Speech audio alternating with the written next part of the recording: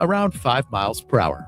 Mainly clear skies tonight, lows dip down to about 69. A blend of clouds and sun tomorrow. Chance of thunderstorms. Highs level off around 90. Get weather anytime by calling 824-6101 or online at TaylorvilleDailyNews.com. Right now, it's 64 degrees. WTIM.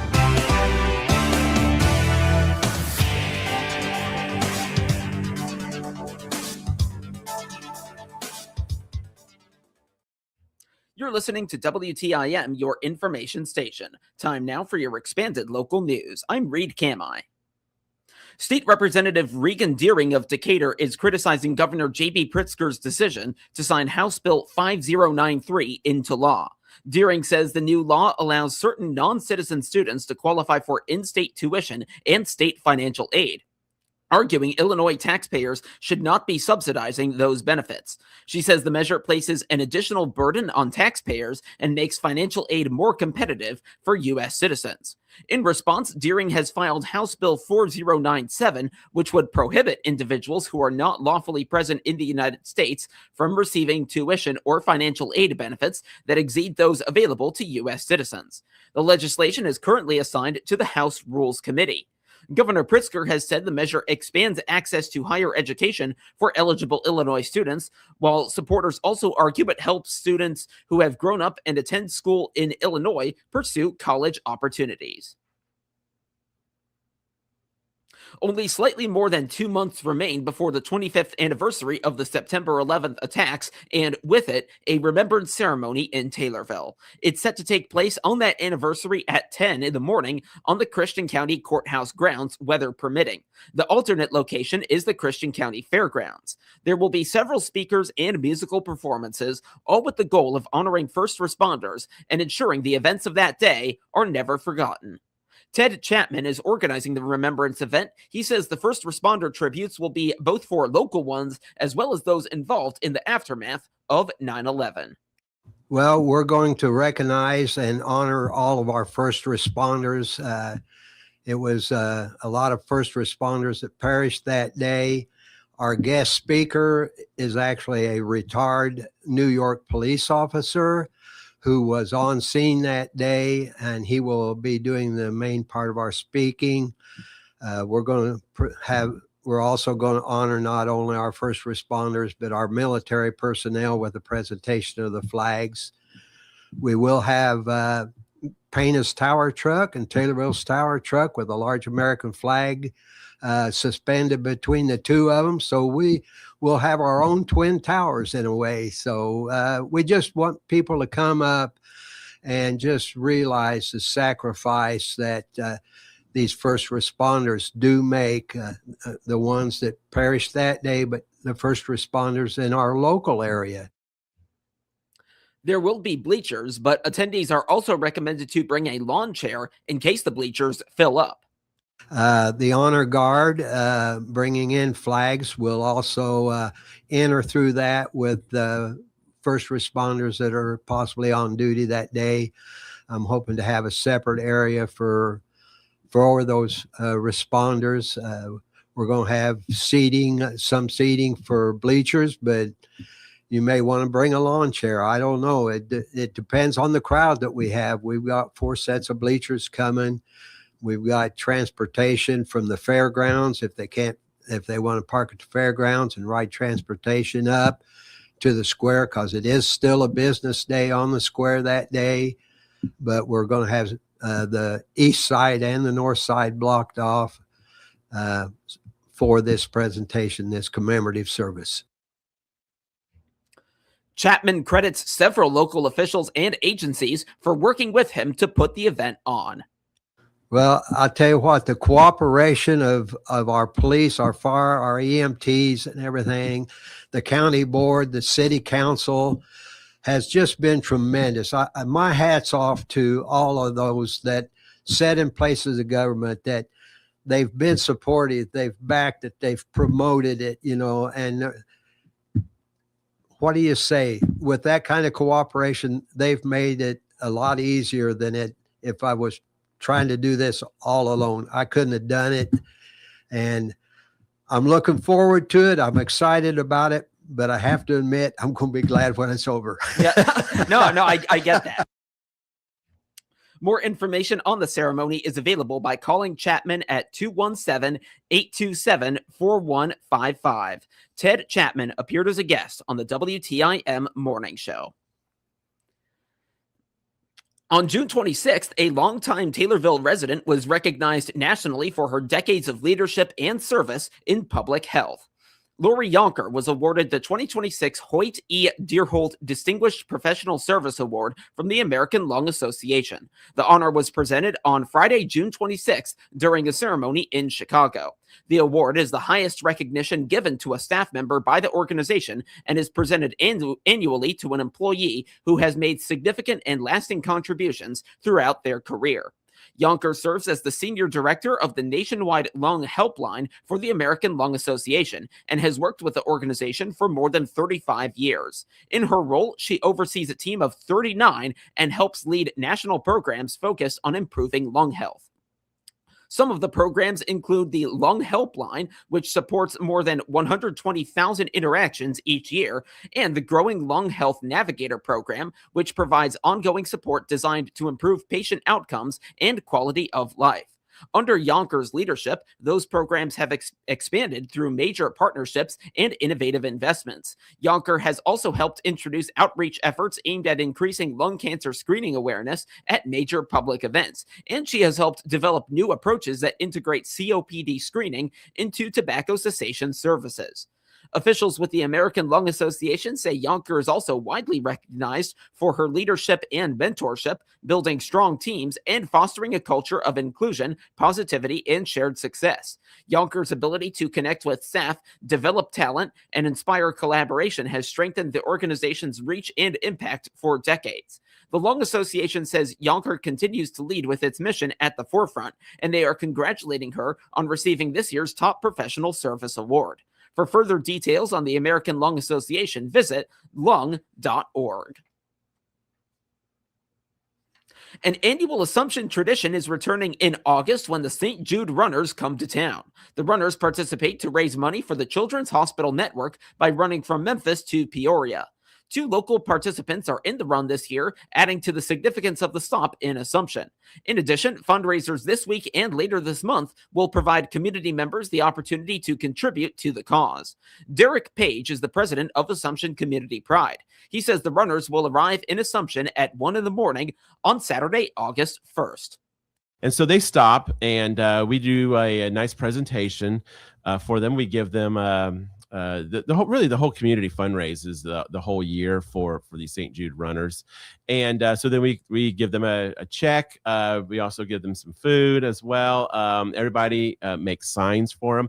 We actually have 2 runners this year that are local. One girl is from Assumption, and the other one lives in Moweaqua.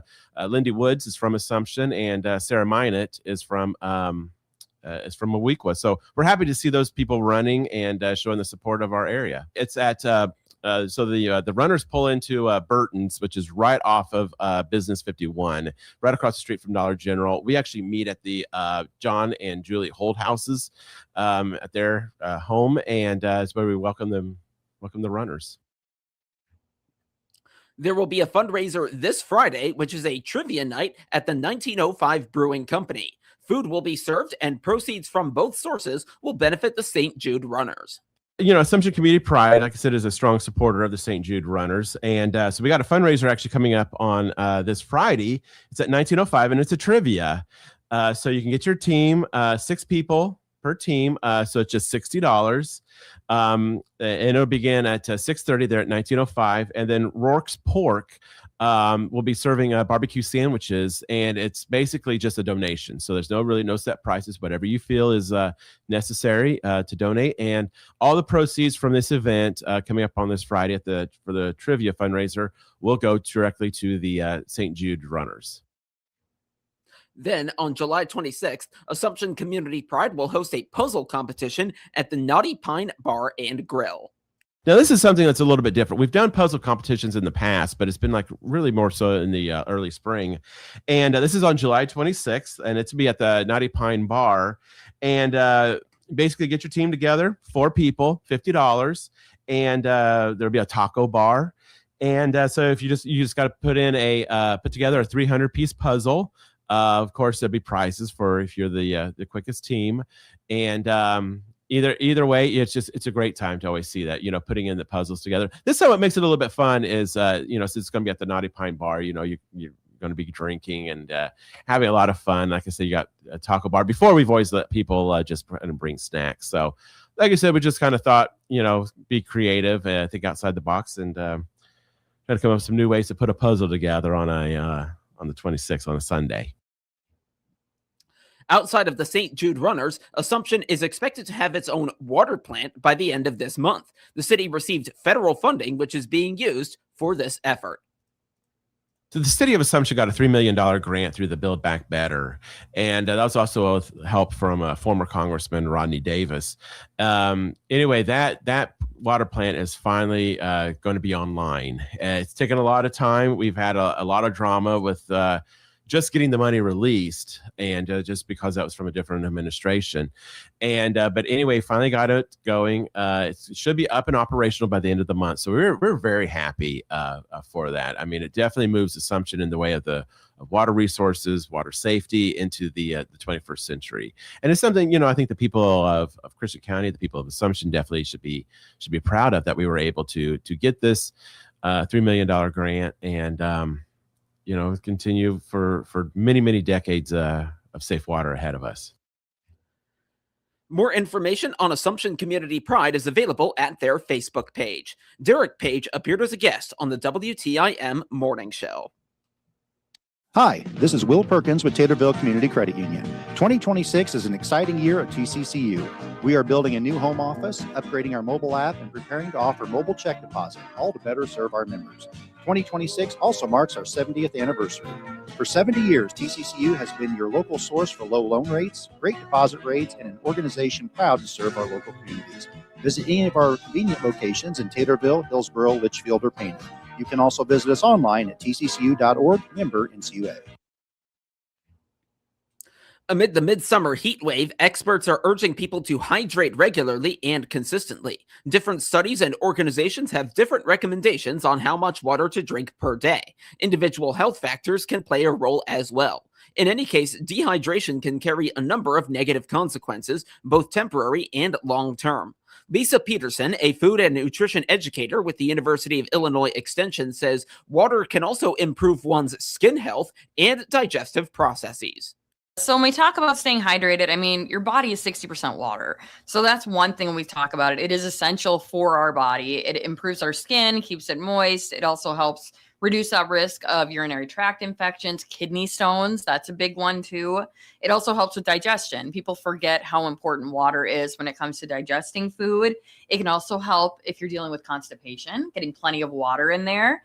We always say if you up the fiber in your diet, which we hope people are doing with adding more fruits and vegetables in there, is that if you're adding more fiber, you need to add more water too. So making sure you are finding ways to keep yourself hydrated. It also, there's some research out there that does find it does reduce stress on the body. So making sure you are getting enough water in your body can help with that stress reduction as well. Hydration has also been shown to be good for the brain as it helps with memory and concentration. Staying hydrated actually supports focus and memory. So making sure you are getting plenty of water in, because it'll help with your focus. I know when we get up in the morning, we're often, if you're groggy, you're tempted to go right to that caffeine, to that cup of coffee. And I'm guilty of it too. I'm a big coffee drinker, but having a glass of water first, that does help. That helps with hydration. It helps wake your body up. So making sure you are getting those needs in. That's one of the myths we hear a lot about, is that 8 cups a day. I need to get 8 cups of water a day. And that's a very much a debatable area in the field of nutrition and health. The Institute of Medicine does provide some general recommendations on beverage intake. So they don't focus just on water. They include things like coffee, tea, milk, 100% juices. That doesn't include things with added sugar in it. So it does limit kind of that pop or soda, things like that. But for men, the general recommendation is 13 cups a day. And for women, it's roughly about 9 cups a day. One way to determine if you have consumed enough water is through urine color. Darker colors mean not enough hydration. And we say if it's the color of like apple juice or cider, so it's a dark yellow, that's concerning. That's where you guys should start drinking a little bit more water in there. The color we kind of aim for is lemonade. So, of course, not the prettiest of topics, but that is the best way to gauge your hydration, is what color is your urine coming out of your body. And again, if you see it's really, really dark, you need to make sure you're drinking more fluids. So, and there's different ways to get them in. Like we said, I didn't just say water. Water, of course, is the best way, but a lot of people don't like plain water. So you be drinking potentially 100% fruit juice? Yes, that's one way to stay hydrated. With sneaking in, there's a myth that if you drink too much coffee, it's a diuretic.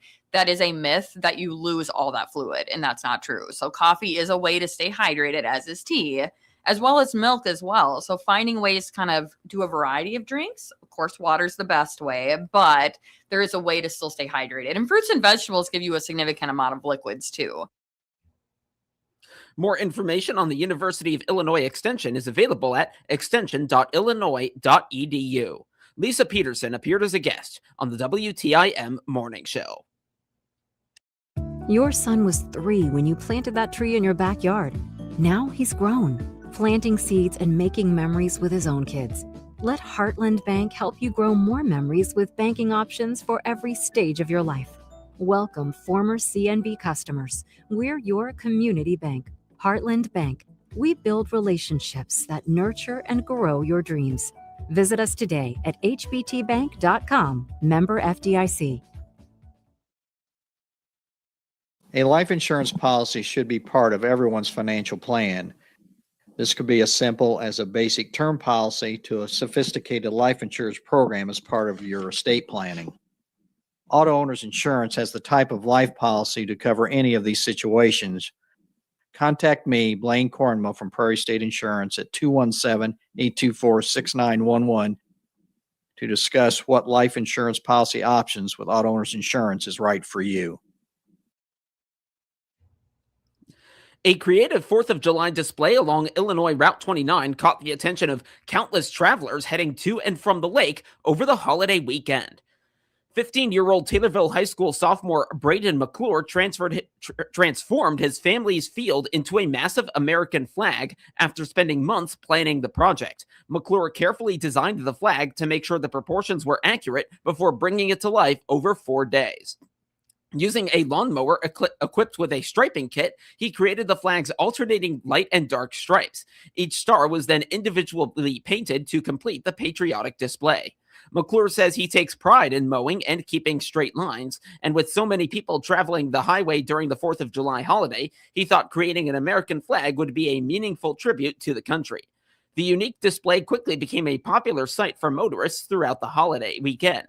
While this was his first large-scale lawn design, McClure says he enjoyed the project so much that he may create another design in the future.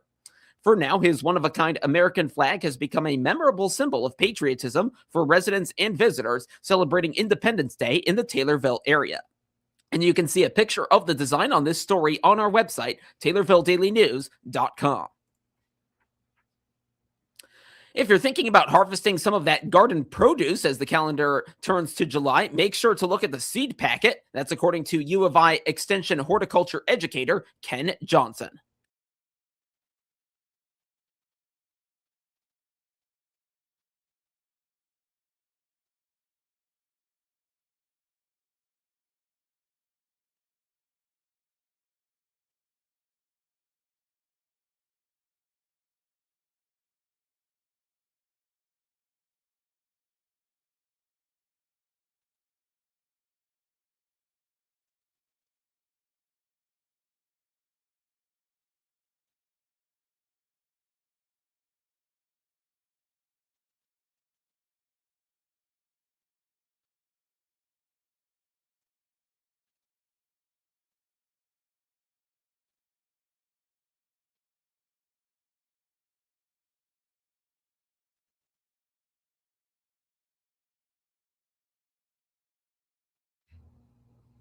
Online gardening resources are available at extension.illinois.edu.